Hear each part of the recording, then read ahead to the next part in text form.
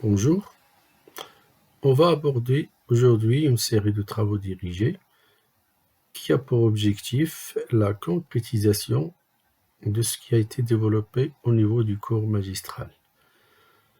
Un exemple d'application qui récapitule l'ensemble des axes traités jusqu'à maintenant, à savoir un chapitre introductif concernant les définitions et les terminologies statistiques, un deuxième chapitre concernant les représentations graphiques et les tableaux statistiques, un autre chapitre concernant le calcul des caractéristiques de tendance centrale, notamment le mode, la médiane et la moyenne, un autre chapitre concernant le calcul des caractéristiques de dispersion, à savoir la variance et l'écart type. Donc on a vu que la statistique en tant que démarche scientifique, c'est elle qui a pour objectif 3 grandes étapes, à savoir la collecte de l'information, le classement et l'organisation de l'information, et enfin l'analyse. Tout ceci dans l'objectif de prendre la bonne décision. Donc c'est la démarche de la statistique descriptive en général. Donc entre ces 4 principales étapes. Donc l'autre exemple d'application s'intitule « L'âge des ouvriers dans une entreprise et les distribuer selon les données du tableau suivant ». Donc 2 colonnes, la colonne des âges et la colonne des effectifs, allant de 20 ans jusqu'à 70 ans, et les effectifs bien sûr par modalité 20, 40, 30, 20, 20. Question demandée, quel est le caractère étudié et quelle est sa nature? Deuxième question, quelle est la représentation graphique du caractère, de ce caractère? Troisième question, quelle est la proportion des salariés qui ont un âge inférieur ou égal à 50 ans? Quatrième question, calculer la médiane et la moyenne. Cinquième question, quel est l'intervalle autour de la médiane qui contient 50% des âges? Sixième question, calculer la variance et l'écart type. Donc, à partir de ces données-là, à partir d'une série statistique, on veut étudier un caractère. On veut étudier l'âge des ouvriers. Donc, on va classer les données de cette série statistique en fonction de l'âge des ouvriers de cette entreprise-là, qui sont au nombre du total des effectifs des modalités correspondantes, 20, 40, 30, 20, 20, donc 130 salariés. Donc une série statistique composée de 130 unités, classées selon l'âge, et donc on vous demande de déterminer le caractère. Et on a vu que le caractère, c'est l'aspect particulier sur quoi va porter une étude statistique. Donc ici, on veut étudier cette série-là en fonction des âges des ouvriers de cette entreprise-là. Ces âges-là sont classés en 5 modalités. La première modalité ou la première sous-classe comportant les âges compris entre 20 ans jusqu'à moins de 30 ans. Deuxième, de 30 ans à moins de 40 ans, etc. Donc le caractère étudié ici, c'est l'âge des ouvriers. On va voir que c'est un caractère qui est en quelque sorte quantitatif. Mais en statistique, avant de passer au calcul ou aux réponses des questions, on est parfois amené à faire un tableau récapitulatif qui a pour objectif le calcul au préalable des différentes valeurs dont on aura besoin tout au cours de cet exercice-là. Donc la classe des âges, leur effectif, ici on a pris les xi comme étant le centre de classe, on va voir par la suite pour calculer un certain nombre de valeurs. La première modalité, c'est-à-dire l'âge compris entre 20 ans et 30 ans, on va supposer, théoriquement parlant, que cette sous-classe-là va être représentée par son centre. Donc xi comme étant le centre de cette classe, c'est 20 plus 30 divisé par 2, c'est 25. Donc borne inférieure plus borne supérieure divisé par 2. Donc c'est le centre des classes. Quatrième colonne, comme on va voir, ce sont les effectifs cumulés croissants. On va voir, on va expliquer, comme on a vu au cours, quel est l'objectif du calcul de cet effectif-là cumulé croissant. NI fois XI, c'est-à-dire l'effectif des modalités correspondantes fois le centre de classe, c'est pour calculer un certain nombre de valeurs qu'on verra par la suite.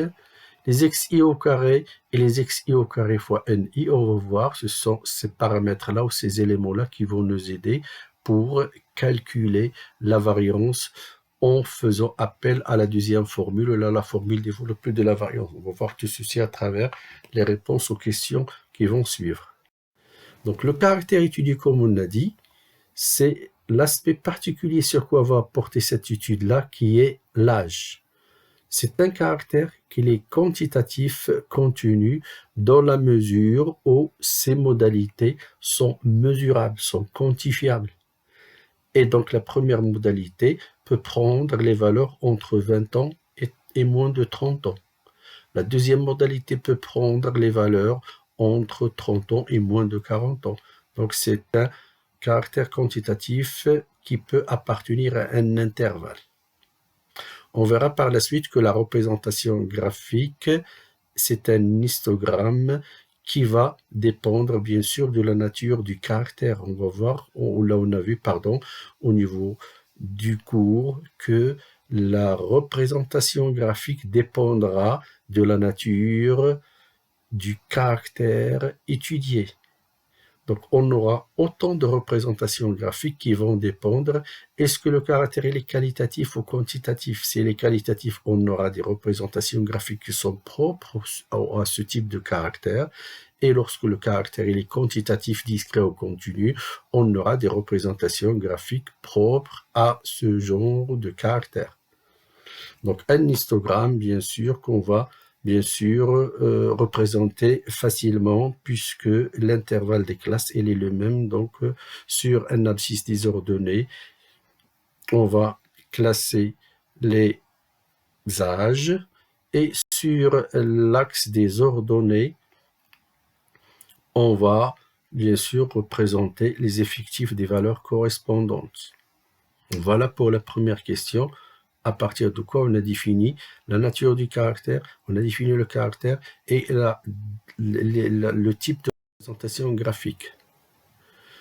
Concernant la deuxième question, à savoir la détermination des salariés qui ont un âge inférieur ou égal à 50 ans, donc c'est pour ça qu'on a calculé en fait un effectif cumulé croissant. Donc la question elle a été posée comme étant la proportion de salariés qui ont un âge qui est inférieur à 50 ans. Donc, on va prendre ici la troisième modalité comme étant la modalité qui abrite les personnes ayant moins de 50 ans. Donc, c'est moins de la borne supérieure, non pas la quatrième modalité où figure l'âge de 50 ans, mais en fait, les gens qui ont moins de 50 ans sont classés la troisième, alors que la quatrième, c'est-à-dire les personnes classées ayant 50 ans et plus. Donc c'est pour ça qu'on va calculer l'effectif cumulé croissant des personnes ayant moins de 50 ans, et donc c'est la troisième modalité à laquelle correspond l'effectif cumulé croissant. Donc on va calculer le cumul des effectifs d'une manière croissante. Donc la première modalité, on a un effectif de 20. La deuxième modalité, on a un effectif de 30. Donc c'est 20 plus 30, c'est 50. Et donc 50 personnes qui ont moins de 40 ans. 50 plus 40 est égal à 90. C'est le nombre ou l'effectif des salariés ayant moins de 50 ans.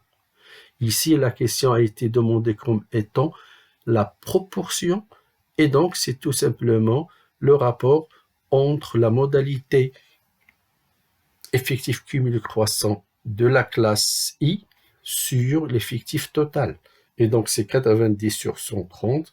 Et donc, la proportion des personnes ayant moins de 50 ans représente presque 70%, donc 69,23%. C'est clair? Passons à la question suivante, qui a pour objectif le calcul de la valeur médiane. On a défini que la médiane, c'est une caractéristique de tendance centrale qui répartit une série en deux parts égales. 50% de la valeur de l'information lui est inférieure, 50% autre lui est supérieure. Donc, puisqu'on a 130, c'est-à-dire un effectif de 130, on va voir et on va déterminer où se situe la moitié des salariés dans cette entreprise-là, la moitié en termes d'âge. Et donc, à partir, bien sûr, de la moitié de l'effectif, 65, qui est la moitié des effectifs de notre entreprise, elle va se situer au niveau de la troisième modalité. Et donc, 90 qui abrite les personnes ayant moins de 50 ans. Et donc, c'est dans cette modalité, au niveau de cette modalité, qu'on va calculer notre valeur médiane. Le calcul de la valeur de la médiane, on a dit, se situe au niveau de la moitié de l'effectif. Et donc, la moitié de l'effectif se situe au niveau de l'intervalle 40 ans, 50 ans. Donc, la médiane appartient à cet intervalle-là. Mais quelle est sa valeur exacte? C'est par interpolation linéaire, puisque la médiane appartient à cet intervalle-là, c'est-à-dire la valeur de la médiane, va être supérieure à 40 ans. Et donc, elle est comprise entre 40 ans et 50 ans.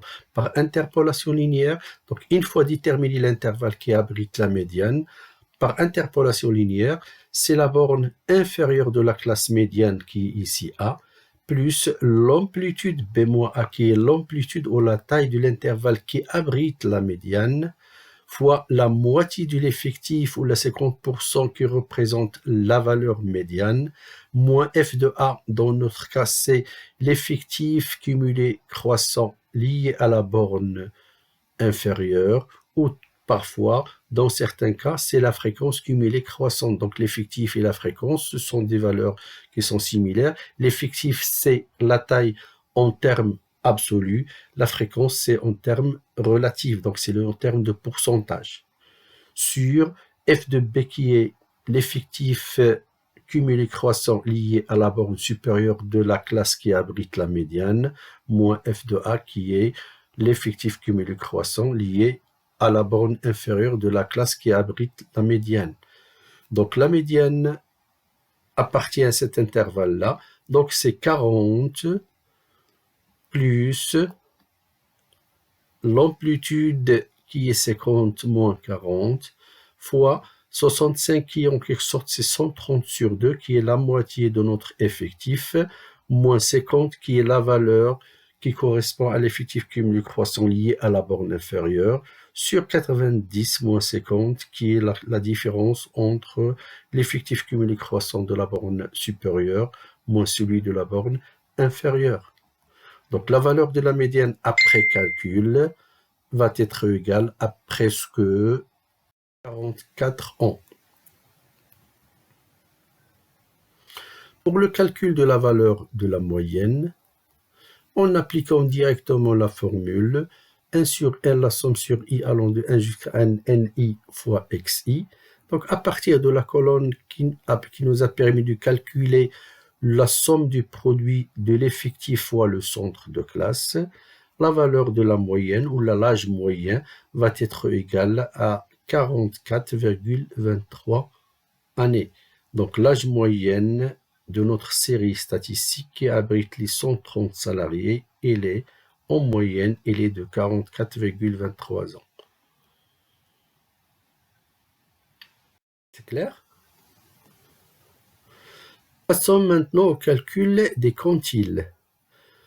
On a vu que un quantile, il est en fait défini comme étant des caractéristiques de tendance centrale qui répartissent une série soit en 4, soit en 10, soit en 100.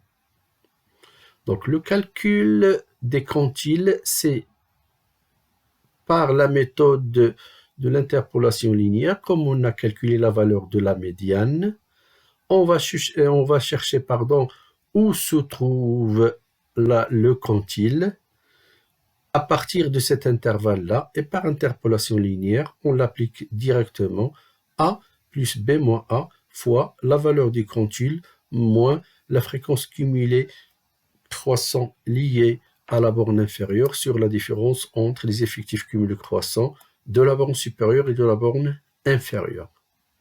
Donc, là, avec la manière avec laquelle on a calculé les médianes, on peut calculer les quantiles, à savoir le premier quartile, le deuxième quartile et le troisième quartile qui est l'équivalent de la médiane. Donc, le calcul des quartiles, c'est à partir du tableau. Donc, on cherchera où se situe le premier quartile qui réside dans l'intervalle comme étant 130 divisé par 4. Donc, un quartile, c'est en quelque sorte le poids qui va nous permettre de répartir une série en 4 parts égales, de telle sorte le premier quartile, c'est-à-dire le 1K ou le Q25, on a 25% de l'information lui inférieure, 75% lui supérieur. Le deuxième quartile qui est équivalent à la médiane, c'est le quartile qui répartit une série en deux, 50% de part et d'autre inférieur et 50% supérieur. Troisième quartile, donc c'est en quelque sorte les trois quarts en fait, qui est 75%. On a 75% de valeur inférieure à ce troisième quartile et seulement 25% lui sont supérieurs.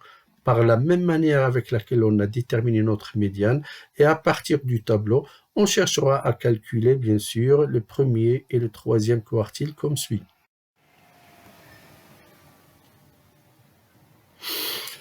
Donc, si on veut déterminer notre intervalle interquartile, c'est en quelque sorte, c'est le troisième quartile moins le premier quartile. Et donc, notre intervalle, c'est la différence entre le Q3 et le Q1. Et donc, c'est 75% moins 25%. On aura exactement 50% qui est un intervalle qui va nous permettre d'abriter où se situent les 50% des âges de notre intervalle. Donc, une remarque, donc cet intervalle interquartile, il est considéré comme étant en fait une des caractéristiques de dispersion. Ici, on va mesurer la dispersion entre le troisième et le premier quartile. Donc, les quantiles sont des caractéristiques de tendance centrale. Les écarts interquartiles sont considérés comme étant des caractéristiques de dispersion. C'est clair?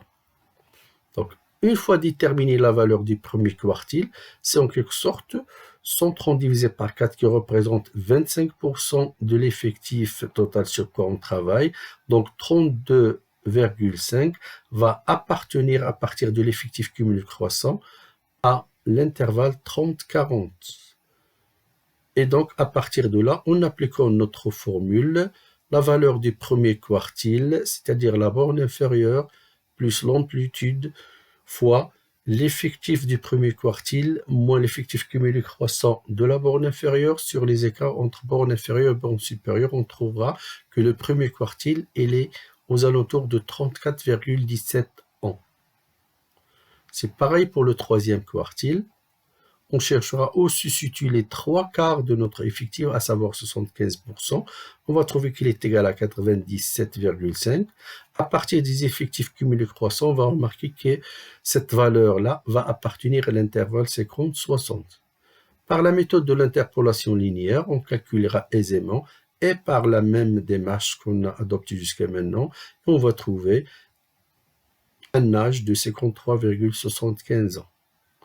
À partir de là, notre intervalle interquartile, c'est le troisième quartile moins le premier quartile, on va trouver qu'il est égal à 19,58, donc presque 20 ans. Donc, 50% des données sont concentrées sur une longueur d'âge de presque de 20 ans.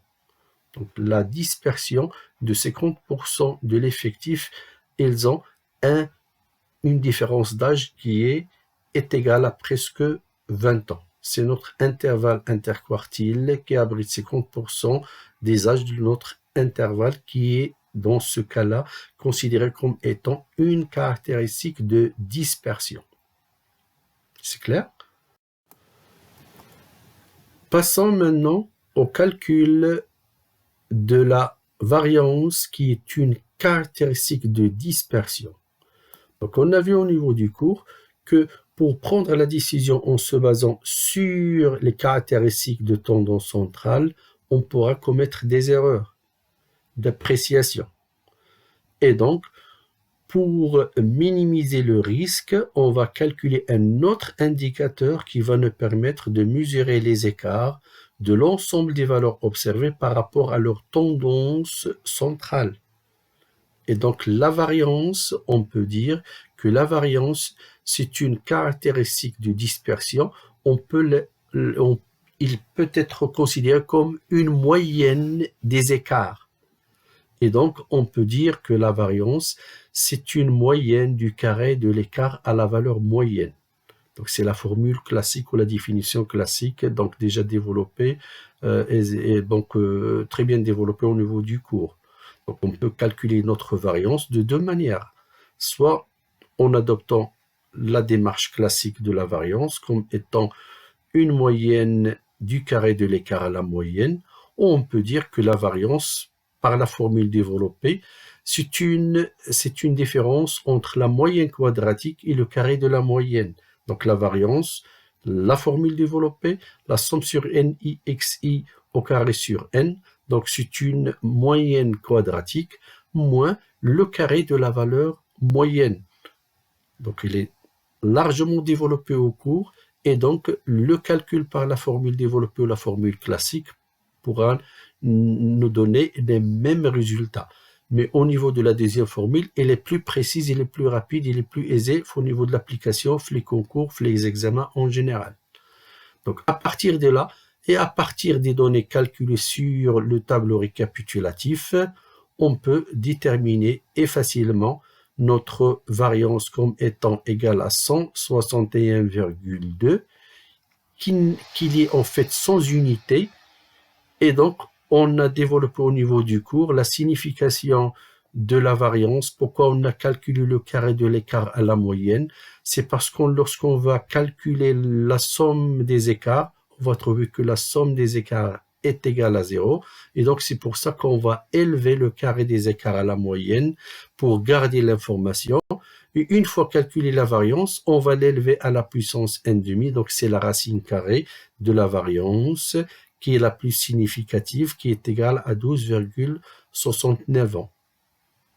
C'est clair? Et donc, cette signification-là, 12,69 ans, donc presque 13 ans, c'est l'écart entre l'ensemble des âges observés, donc 130 âges observés, et leur écart par rapport à la moyenne d'âge qu'on a calculée. Et donc, la dispersion des âges, ici, on va voir qu'elle n'est pas très importante. Elle est de 13 ans, c'est-à-dire l'ensemble des valeurs observées, donc les 130 âges observés réellement, l'écart entre ces 30 âges et leur âge moyenne, elle est de presque 13 ans. C'est clair? Donc, j'espère que cet exemple d'application vous a permis en quelque sorte d'éclaircir ce qu'on a vu en cours. Donc, et j'espère vous voir avec une prochaine représentation, la présentation bien sûr d'exemples typiques qui a pour objectif de développer vos connaissances et essayer de concrétiser ce qu'on a vu au niveau du cours magistral. Merci pour votre attention et à la prochaine fois, Inch'Allah.